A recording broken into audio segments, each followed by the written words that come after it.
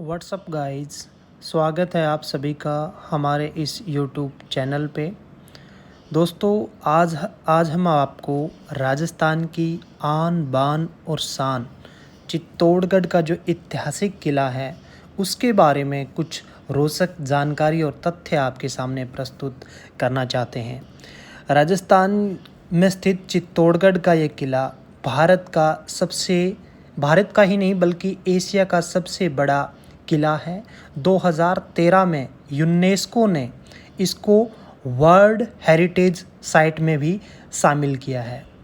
भारत का सबसे बड़ा और विशालकाय किला और इसको जीवंत किला भी कहा जाता है क्योंकि अभी तक इस किले के अंदर लोग बसे हुए हैं और इस किले के अंदर रहते हैं। 700 एकड़ में फैला चित्तौड़गढ़ का ये किला 180 मीटर की ऊंचाई पर स्थित है और 13 किलोमीटर में ये पूरा किला फैला हुआ है। अब हम इसके इतिहास के बारे में आपको थोड़ा बताना चाहेंगे। 7वीं शताब्दी में मौर्य शासकों द्वारा, जिसमें से प्रमुख चित्रांगद मौर्य ने इस विशालकाय किले का निर्माण करवाया था और उसी के नाम पर इस किले का नाम चित्तौड़गढ़ रखा गया। प्राचीन समय में मेवाड़ की राजधानी भी इस किले को माना जाता था।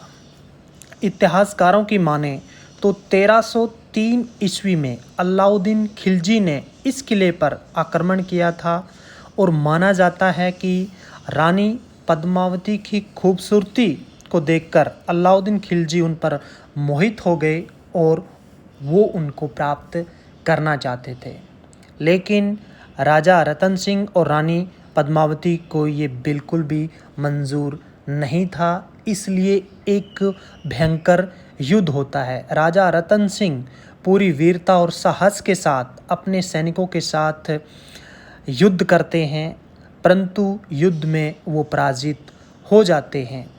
लेकिन रानी पद्मावती अभी भी हौसले नहीं हारती है और अपने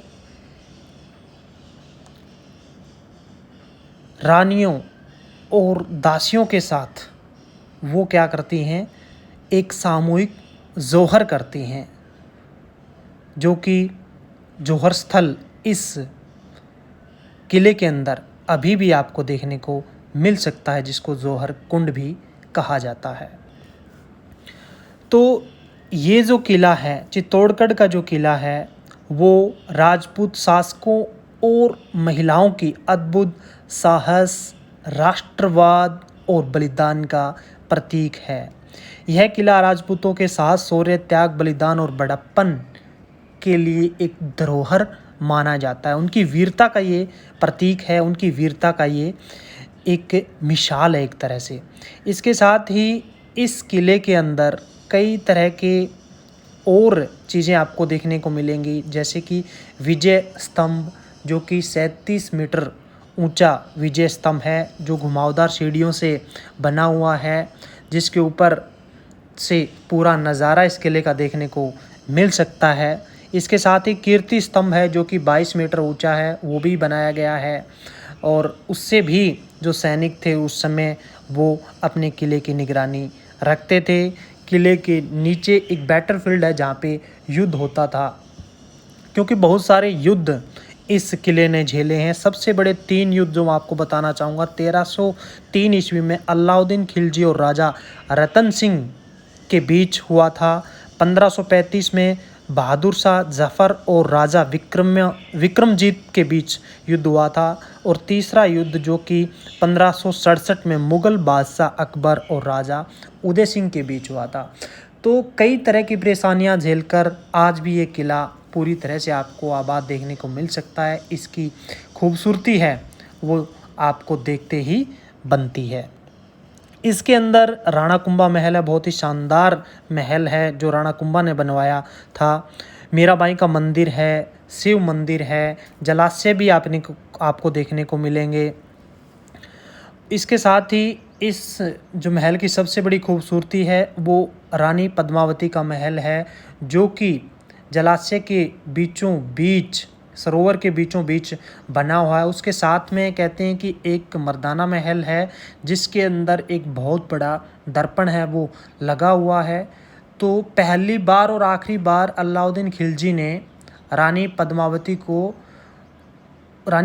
नहीं देखा बल्कि उनका प्रतिबिंब देखा था। तो उस समय की जो टेक्नोलॉजी है वो उसका आइडिया आप लगा सकते हैं कि रानी पद्मावती अपने महल में, जो पद्मावती महल था उसके बाहर सीढ़ियों पर खड़ी होती है, उनका प्रतिबिंब पहले पानी में जाता है और पानी से सीधा फिर उस महल के दर्पण में, जहाँ से अलाउद्दीन खिलजी ने पहली बार और आखिरी बार पद्मावती को देखा था। तो इतनी अच्छी टेक्नोलॉजी उस समय भी हमारे भारत में मौजूद थी, तो हमें इस पे भी गर्व होना चाहिए। तो उसके बाद जो युद्ध होता है उसमें जो राजा हार जाता है, वीरगति को प्राप्त हो जाता है राजा रतन सिंह, लेकिन रानी पद्मावती 16,000 दासियों और रानियों के साथ अपने आप को अग्नि के हवन कुंड में समर्पित कर देती है और मुग़लों से अपनी आबरू को बचाती है। तो ये जो चित्तौड़गढ़ का किला है वो महिलाओं के साहस और बलिदान का भी प्रतीक है।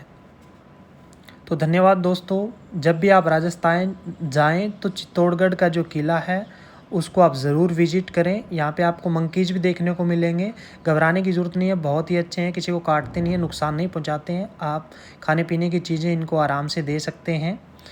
और तो आप ज़रूर यहाँ पे पहुँचें। आप सभी को धन्यवाद और हमारे इस चैनल को आप सब्सक्राइब ज़रूर करें, लाइक कमेंट ज़रूर करें। ये हमारा पहला व्लॉग है। धन्यवाद। जय हिंद दोस्तों, जय हिंद, जय भारत।